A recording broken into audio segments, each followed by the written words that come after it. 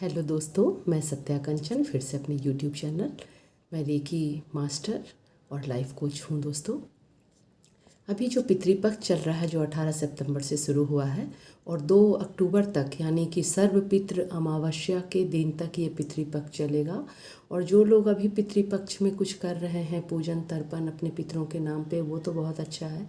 और सर्वपितृ अमावस्या को अगर हम पूरे मन से दिल से करते हैं तो वो और भी ज़्यादा अच्छा होता है। दोस्तों, तो हम बात कर रहे हैं कि हमें कुछ लोग पितरों को नहीं मानते हैं, बोलते हैं उनका तो जन्म हो चुका होगा, वो तो कहीं अब चले गए होंगे। अगर हम कुछ भी उनको अर्पण कर रहे हैं या उनके ऊपर ग्रेटिट्यूड कर रहे हैं तो क्या उनको पहुँचेगा? उनको वो चीज़ कैसे मिलेगा? मतलब कैसे वो महसूस कर पाएंगे? उनके पास तो शरीर नहीं है। तो इसके बारे में मैं कहना चाहती हूँ कि जैसे कृष्ण कृष्ण का जब जन्म हुआ तो कृष्ण को माना गया कि वो विष्णु के अवतार हैं, ये हम सभी जानते हैं। लेकिन जब कृष्ण का जन्म हुआ तो क्या विष्णु गायब हो गए अपनी जगह से? नहीं, वो पूरे स्वरूप में, अपने स्वरूप में विद्यमान थे, अपने लोक में, विष्णु लोक में। वे पूरे जगत का पालन कर ही रहे थे। कृष्ण भी अपना खेल खेल रहे थे, अपना जीवन कर रहे थे आत्मा रूप में, है ना। शरीर उन्होंने लिया था लेकिन विष्णु भी मौजूद थे। उसी तरह से एक मदर सोल होती है जो ऊपर होती है, और जब आत्मा नीचे आती है तो उसका एक ऊपर पार्ट होता है दोस्तों। और वो उनको महसूस होता है सब कुछ, जो भी हम अच्छे कार्य करते हैं, उनके नाम से जो कुछ दान पुण्य करते हैं, उनको जो समर्पित करते हैं, इससे वे बहुत खुश होते हैं। और हमारे ऊपर कई घरों में हम देखते हैं कि बच्चों की शादियां नहीं हो रही हैं। कई घरों में हम देखते हैं कि क्लेश मचा रहता है, कोई बात नहीं होती है, कोई छोटी सी बात बस एक चिंगारी के जैसा उड़ती है और वो पूरे फैमिली में एक मतलब झंझट में परिवार फंस जाता है।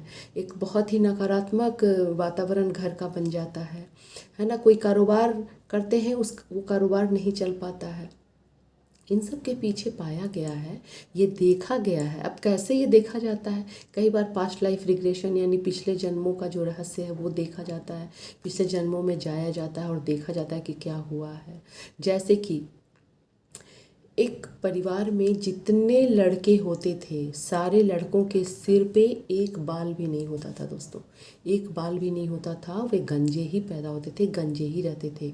वो कुछ भी कर लें, कुछ भी लगा लें, कुछ भी खा लें, उनके बाल पे, सिर पे बाल नहीं होते थे। उन्हें बड़ी चिंता हुई और उस लड़के की शादी नहीं हो रही थी, एक लड़के की, बाल के कारण। तो वो लड़का जो है एक पास्ट लाइफ रिग्रेशन करने वाले थेरेपिस्ट के पास गया। वो थर्ड आई मास्टर थे। तो उन्होंने देखा पिछले जन्मों में वो गए कई पीढ़ी पहले, पता चला कि उनके परिवार का जो के लोग थे वो जमींदार परिवार के थे। और उस समय ऐसा होता था कि स्त्री विधवा हो जाती थी तो उस स्त्री के बाल काट के उसे सफ़ेद वस्त्र पहना के, और बल्कि बाल को मोड़ भी दिया जाता था और उसे इस तरह से रखा जाता था। माने स्त्री के ऊपर अत्याचार तो पहले के ज़माने में होते ही थे, तो उस तरह से रखा जाता था।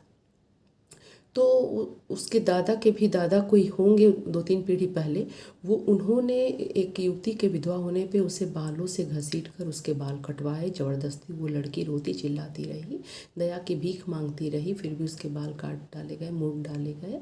तो उसने रोते रोते अभिशाप दिया कि देख, तू मेरा ऐसा कर रहा है, तेरी पीढ़ियों के किसी व्यक्ति में भी बाल नहीं होगा, वो गंजे ही रहेंगे, तेरी 7 पीढ़ियाँ गंजी रहेंगी। इस तरह से उसने रो रो के अभिशाप दिया।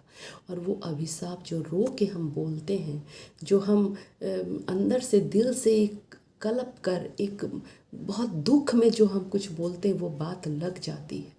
और उस पीढ़ी का उसको, उस लड़के को भी उसका दंश झेलना पड़ रहा था। उस अपने पितरों का किया हुआ वो कार्य उसको झेलना पड़ रहा था दोस्तों। तो ये हम समझ नहीं पाते हैं कि ये क्यों हो रहा है। तो कई बार जब हम पितरी के नाम पे रोज़ रोज़ करते हैं, उनसे माफ़ी मांगते हैं उनकी गलतियों के लिए, और कुछ अच्छे कार्य उनके नाम पे करते हैं, तो उनके दोष भी मुक्त होते हैं और हमारे दोष मुक्त होते हैं। और हमारे बच्चों में जो चला आ रहा है, क्योंकि क्यों ऐसा होता है, ये समझिए कि डीएनए है या जीन है या क्रोमोज़ोम है, जिसे हम आज साइंस की भाषा में कहते हैं क्रोमोज़ोम। तो वो तो हमारी बहुत पीढ़ी पहले जो हमारे कुल देवी कुल देवता होंगे उनसे पहली पीढ़ी में आया और दूसरी तीसरी ऐसे इनहेरिट होता गया वो जीन, वो क्रोमोज़ोम, वो डीएनए, और हमारी पीढ़ी में भी आया और वही हम कैरी कर रहे हैं और वही चीज़ हमारे बच्चों में भी जाता है। आपने देखा होगा कई फैमिली में ऐसा होता है, दादा को साग नहीं पसंद है तो फैमिली के जो मेंबर हैं, जो बेटा है उसको भी साग नहीं पसंद है, फिर उसका जो बेटा होगा उसको भी साग नहीं पसंद है। किसी को है कि ये चीज़ नहीं खाना है तो वो चीज़ उसकी पीढ़ी, उसकी अगली पीढ़ी, उसकी अगली पीढ़ी, सबको वो चीज़ नहीं पसंद होता है। तो क्या होता है जो नहीं पसंद होता है? यही इनहेरिट होके आ जाता है, पीढ़ी दर पीढ़ी आ जाता है। तो हमें करना क्या चाहिए? देखिए, हम अपने बच्चों से क्या चाहते हैं? हम अपने बच्चों से चाहते हैं, क्या हम बहुत धन दौलत चाहते हैं? क्या हम चाहते हैं कि वो हमें बड़ा बंगला बना के दे, बड़ी गाड़ी दे? नहीं, हम चाहते हैं कि हमें वो थोड़ा प्यार दे, थोड़ा सम्मान दे, थोड़ा हमारे लिए समय दे। तो यही चीज़ हम अपने पितरों को जब अर्पित करते हैं, अगर वो जिंदा हैं आपके माँ बाप, तो उन्हें ज़रूर आप अपना समय दीजिए। उन्हें जो पसंद है, चाहे वो सस्ती चीज़ हो या महंगी चीज़ है, कोई आइसक्रीम है, कोई मिठाई है, कोई खाने की चीज़ है, उन्हें ज़रूर आप ला के दें। उनके पसंद के कुछ कपड़े आप उन्हें ला के दें। इसमें ज़्यादा खर्चा नहीं होता है दोस्तों, बस दिल भावना से ये होना चाहिए, प्यार से होना चाहिए। भार के जैसा या कोई चीज़ हम बर्डन के जैसा कर रहे हैं तो वो फलता नहीं है।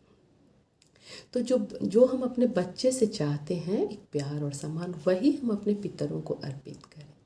किस तरह से अर्पित करेंगे? ये तो हम बहुत तरह से उनको हम पहले सॉरी बोलें, है ना, बहुत बहुत सॉरी बोलें। जब आप पूजा कर रहे होते हैं, अपने मंदिर में बैठे हैं या आप सूर्यदेव को अर्पित कर रहे हैं जल, उस समय भी आप कर सकते हैं, पूजा के समय कर सकते हैं। अगर नहीं समय है तो आप कभी भी कर सकते हैं। आप हाथ जोड़ के उन्हें प्रणाम करें, उन्हें धन्यवाद करें कि आप थे तो हम हैं। आपने अपने समय में कितनी परेशानियां झेली। उस समय का युग था जब लकड़ी पे खाना बनती थी। माँ कितने परेशानी से अपने बच्चे को पालती थी। बैलगाड़ी का युग था, बैलगाड़ी में लोग सामान लाते थे। बहुत मुश्किल से घर बनाया जाता था, बहुत मुश्किल से बच्चों को पाला जाता था। तब वो जब वे बीमार पड़ते थे तो महंगी महंगी अच्छी दवाइयाँ नहीं होती थी। उन्हें कैसे सुरक्षित रखा जाता था, फिर बड़े बड़े जानवरों से, जंगलों से उन्हें बचाकर वो पालते थे। तो उन्होंने कितना अपने आप को त्याग करके अपना सुख सुविधा हमारे पहली पीढ़ी को दिया, फिर पहली पीढ़ी ने हमें दिया, अपनी पीढ़ी अगली पीढ़ी को, फिर अगली पीढ़ी ने अगली पीढ़ी को। इस तरह से उन्होंने कितने कष्ट सह के हमें पाला पोसा। तो इस तरह से उन्हें ग्रेटिट्यूड करें कि आप थे तो हम हैं। इस तरह से उन्हें धन्यवाद करें कि धन्यवाद धन्यवाद धन्यवाद, आपने हमें बड़े मुश्किल से पाला, बहुत हम पे अपना समय दिया, इसके लिए बहुत बहुत धन्यवाद। उसके बाद उन्हें कुछ भी समर्पित करें। जैसे श्राद्ध किया जाता है, तो श्राद्ध भी जब बिना भाव के किया जाता है तो ये फल नहीं देता है दोस्तों। बोलते हैं ना कि हमने तो श्राद्ध कर दिया, हम पे क्या पितृदोष लगेगा।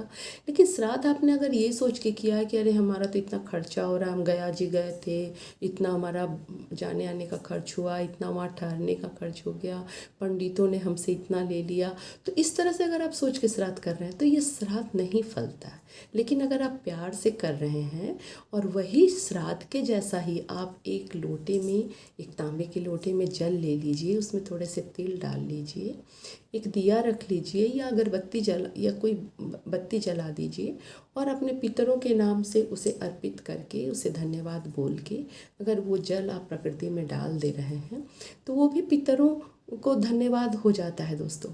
वो भी पितरें उससे बहुत खुश होते हैं।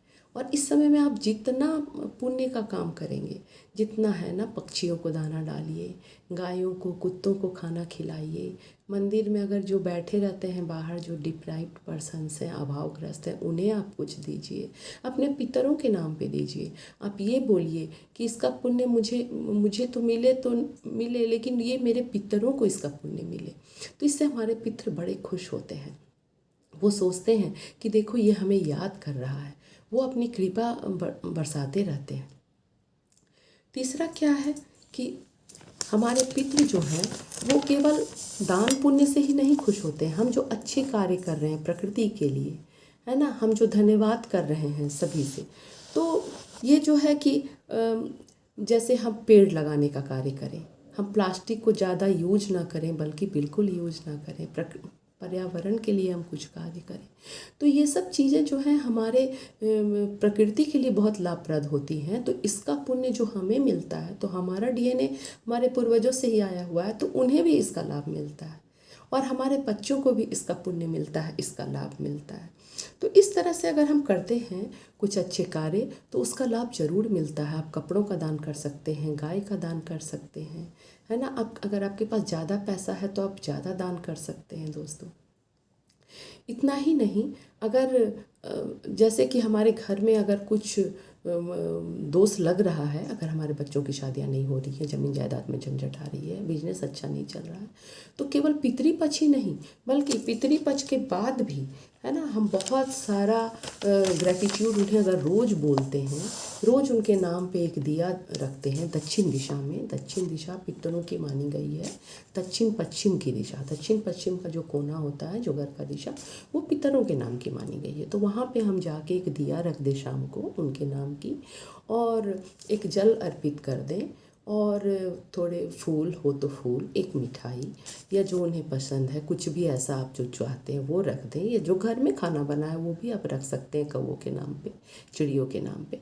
तो इस तरह से करके और अपनी गलती की क्षमा मांग लें कि हमसे जो भी गलती हुई है वो माफ़ कर दीजिए, और जो हमारा काम अटका हुआ है उसे आप पूरा कर दीजिए।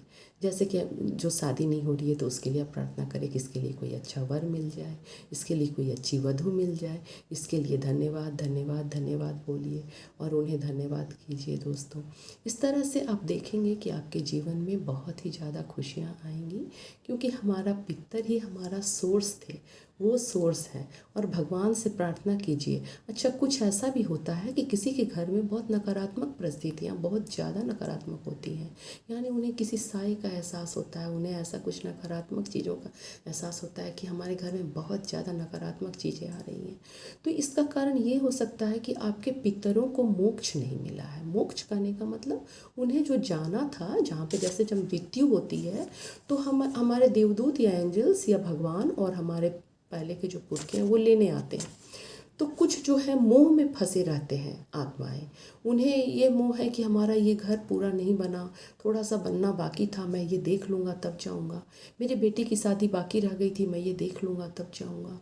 मैंने इतने गहने बनवाए थे, कोई लेडी हो तो सोचती है इन गहनों का मैंने इतना उपभोग नहीं किया, अब मेरे गहनों का क्या होगा, सब अंदर बाट कर लेंगे मेरे बेटे बेटियाँ, तो इनको मैं क्या करूं। गहनों को वो छोड़ नहीं पाती हैं, वो अपने घर का मोह नहीं छोड़ पाती हैं, कई बार वो अपने और किसी चीज़ का मोह नहीं छोड़ पाती हैं दोस्तों। तो ऐसे में वो उनको बोलते हैं अर्थ बाउंड सोल, यानी वो धरती से ही जमे रह जाते हैं। वो मना कर देते हैं कि मैं नहीं जाऊंगी, जाऊंगा या जाऊंगी उस रियल में, उस क्षेत्र में जो परमात्मा का क्षेत्र है, जो सोल का क्षेत्र है।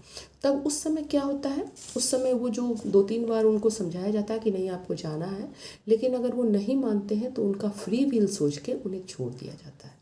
तब वो भटकते रह जाते हैं और कभी कभी हमें परेशान भी करते हैं। तो उसमें क्या करना है कि हनुमान जी को और माँ काली को आप बहुत ध्यान कीजिए, थोड़ा सा आँख बंद करके उनका ध्यान बहुत कीजिए। आप कुछ रिचुअल्स कर सकते हैं, फूल प्रसाद मिठाई वो भी रख सकते हैं, ना रखें तो कोई ज़रूरत नहीं है। आप करके उन्हें हनुमान जी से प्रार्थना कीजिए, हे हनुमान जी, जो भी हमारे घर के कोई सोल हैं जो जिनको मुक्ति नहीं मिली है, तो कृपया उन्हें मुक्ति दे दीजिए, उन्हें उनके आत्मा के क्षेत्र में स्थापित कर दीजिए। तो आप देखिएगा कि धीरे धीरे आपका शांति होने लगेगा घर में। 1 दिन नहीं, 2 दिन नहीं, आप कम से कम 15 दिन, 20 दिन, महीना दिन आप करते रहिए इस चीज़ को, तभी ये हो पाता है। और हनुमान जी से रोज़ प्रार्थना कीजिए, क्योंकि अभी कलयुग में वही एक देवता है जो हमें हर चीज़ से ही मुक्त करने का प्रयास करते हैं, और वो आत्माओं के एसेंशन में यानी विकास में मदद भी करते हैं। तो आप हनुमान जी से और माँ काली से ज़रूर प्रार्थना कीजिए। अगर आप कोई बुरी परिस्थिति हो, आपका दिन बहुत मंगलमय हो, सर्वपितृ अमावस्या के दिन आप ज़रूर बहुत सारे ग्रेटिट्यूड अपने पितरों को दीजिए, बहुत सारा धन्यवाद दीजिए, उन्हें बहुत प्रणाम कीजिए। इससे आपकी सुख समृद्धि हमेशा बनी रहेगी। धन्यवाद।